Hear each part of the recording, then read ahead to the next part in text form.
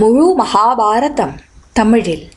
இதனை மொழிபெயர்ப்பவர் அருள் செல்வ பேரரசன்.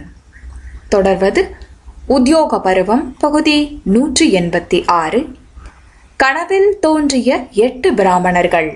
The 8 Brahmanas who appeared in dream. Udyoga Parva section 186 Mahabharata in Tamil. இது அம்போபாக்கியான பருவம் 13. இந்த பதிவின் சுருக்கம்: நெடுநாட்களாகியும் தன்னால் பரசுராமரை வீழ்த்த முடியவில்லையே என்று நினைத்து கொண்டு படுத்துறங்கிய பீஷ்மரின் கனவில் அந்த 8 பிராமணர்கள் வந்தது. பிரஸ்வாபம், சம்போதனம் ஆகிய ஆயுதங்களை குறித்து பீஷ்மருக்கு அவர்கள் நினைவூட்டியது.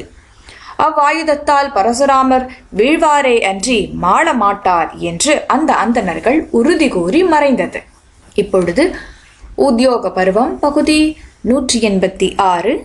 கனவில் தோன்றிய 8 பிராமணர்கள். இப்பதிவிற்குள் நுழைவோம். பீஷ்மர் துரியோதனனிடம் சொன்னார். பிறகு, ஓ பெரும் மன்னா துரியோதனா, இரவின் போது அந்தணர்கள், முனிவர்கள், தேவர்கள், இரவில் நடமாடும் அனைத்து உயிரினங்கள், அதாவது பூதங்கள் மற்றும் பூமியின் அனைத்து மன்னர்கள் ஆகியோரை வணங்கிய பின் எனது படுக்கையில் என்னை கிடத்திக் கொண்ட நான் எனது அறையில் தனிமையில் பின்வருமாறு சிந்தித்தேன். பயங்கர விளைவுகளை கொடுக்க வல்லதும் எனக்கும் ஜமதக்னி அந்த பரசுராமருக்கும் இடையில் நடைபெறுவதுமான இந்த போர் நெடுநாட்களாக நீடிக்கிறது. எனினும் வலிமையும் சக்தியும் கொண்ட பரசுராமரை போர்க்களத்தில் என்னால் வீழ்த்த இயலவில்லை. உண்மையில் வலிமை மிக்க அந்தணரும் பெரும் ஆற்றலும் கொண்டவருமான ஜமதக்னியின் மகன் பரசுராமரை நான் வீழ்த்த வல்லவனெனில் இவ்விரவில் தேவர்கள் அன்புடன் எனக்கு தங்களை காட்டிக்கொள்ளட்டும், தரிசனம் அளிக்கட்டும் என்று சிந்தித்தேன்.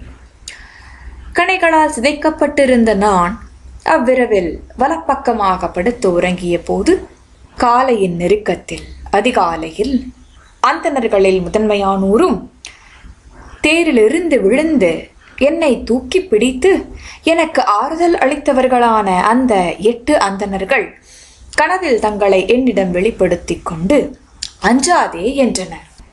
மேலும் அவர்கள் என்னை சூழ்ந்து நின்று கொண்டு இவ்வார்த்தைகளை சொன்னார்கள். அவற்றை நான் திரும்பச் சொல்கிறேன், கேட்பாயாக. அந்த 8 அந்தணர்கள் சொன்னார்கள். ஓ கங்கையின் மகனே பீஷ்மா, எழுவாயாக. உனக்கு அச்சம் தேவையில்லை. நாங்கள் உன்னை காப்போம். ஏனெனில் நீ எங்கள் சொந்த உடலே ஆவாய். ஜமதக்னியின் மகனான பரசுராமரால் போரில் உன்னை வீழ்த்த இயலாது.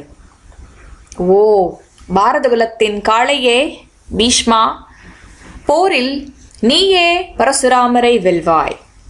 ஓ பாரதா பீஷ்மா, விருப்பத்திற்குரியதும் பிரஸ்வாபம் என்று அழைக்கப்படுவதும் உயிரினங்கள் அனைத்தின் தலைவனுக்கு அந்த பிரம்மாவுக்கு சொந்தமானதும் தெய்வீக கைவினைஞனால் அந்த விஸ்வகர்மாவால் காய்ச்சி வெடிக்கப்பட்டதுமான இந்த ஆயுதம் உனது நினைவுக்கு வரும்.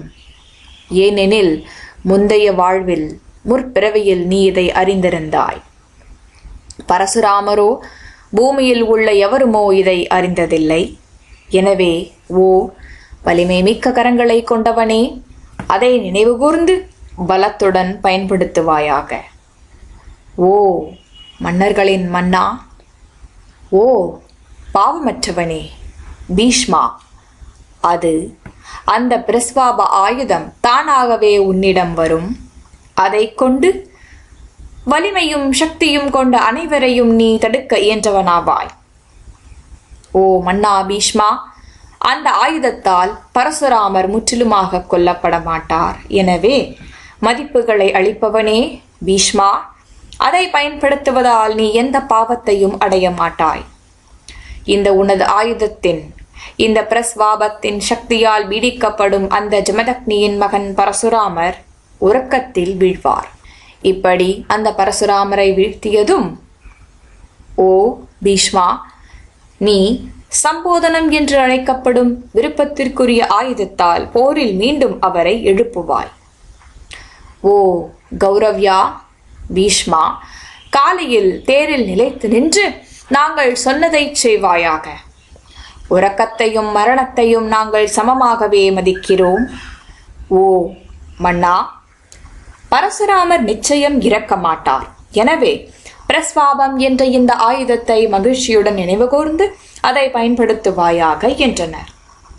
இதை சொன்னவர்களும் எண்ணிக்கையில் 8 இருந்தவர்களும் ஒருவரை ஒருவர் ஒத்திருந்தவர்களும் பிரகாசமிக்க உடல்களை கொண்டவர்களுமான அந்த அந்தணர்களில் முதன்மையானோர் அனைவரும் எனது பார்வையில் இருந்து மறைந்து போனார்கள் என்றார் பீஷ்மர். இத்துடன் உத்தியோக பருவம் பகுதி 186 கனவில் தோன்றிய 8 பிராமணர்கள் இப்பதிவு நிறைவுற்றது.